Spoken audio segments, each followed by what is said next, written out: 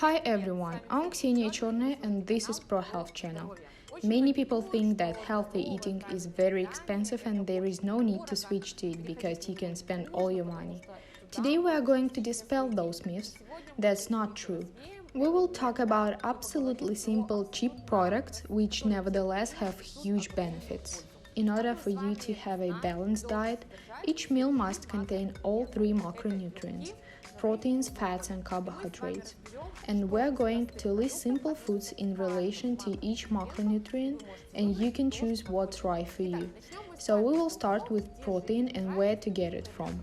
We also know that our macronutrients are divided into animal and plant products. We are not discussing the types of diet here, each of you chooses the appropriate food group. So what are the cheap types of animal protein? It's eggs.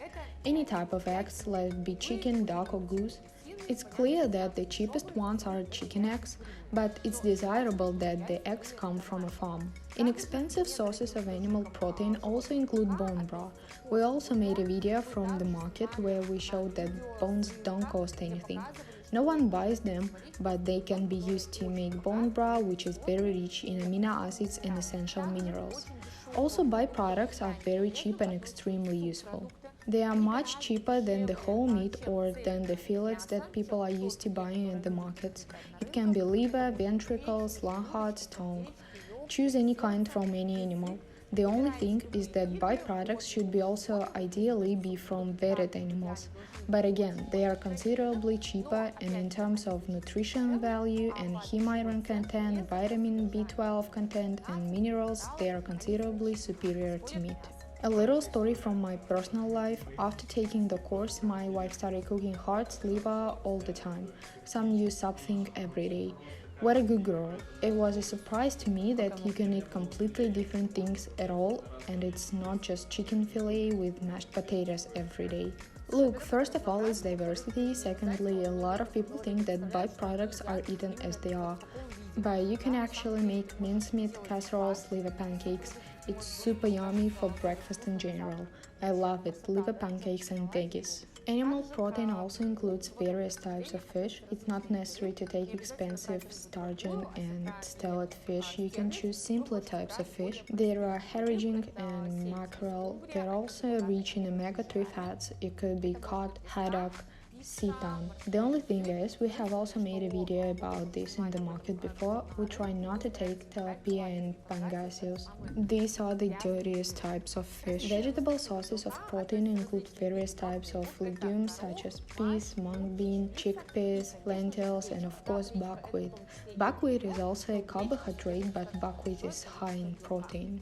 The next macronutrient is fats, which we need in our diet. What are the sources of animal fats? These are of course also eggs, fatty fish, which we have already talked about. This is butter or ghee, byproducts and broth.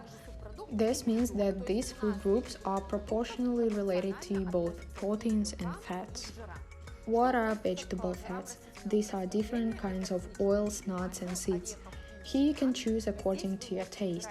You do not have to buy avocado oil. It can be sunflower oil but not refined or in a clear plastic. It can also be flaxseed oil, and try to get nuts and seeds in whole form. That way you are not overpaying for the oils, for the packaging that you usually overpay for. Buy nuts and seeds at markets and you will save a lot. I have a question about melted butter. You keep on saying that lactose is bad, and now you are advising a lactose product, melted butter. Melted butter contains neither lactose nor casein, because during evaporation both milk sugar and milk protein disappear. You can even see it while you make melted butter yourself. When it bubbles slowly over several hours, you can even see the sediment settling here. The only thing is that when you make ghee at home, you can be 100% lab positive that it's lactose and casein free. But those who are really lactase deficient can buy ghee.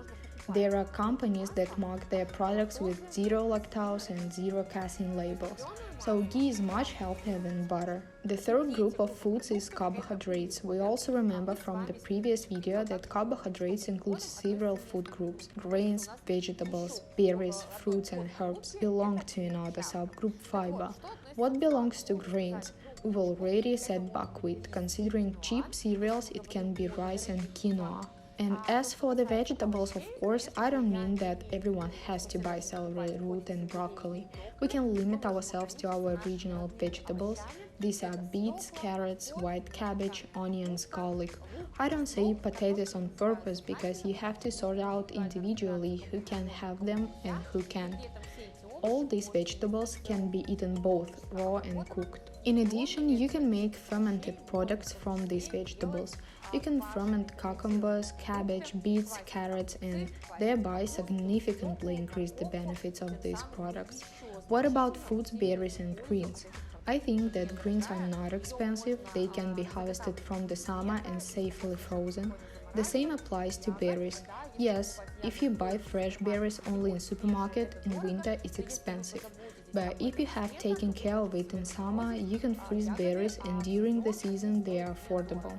As far as fruit is concerned, it's best to take fruits according to the season and those that are on sale in your area. So for fruit too, you cannot spend a lot of money.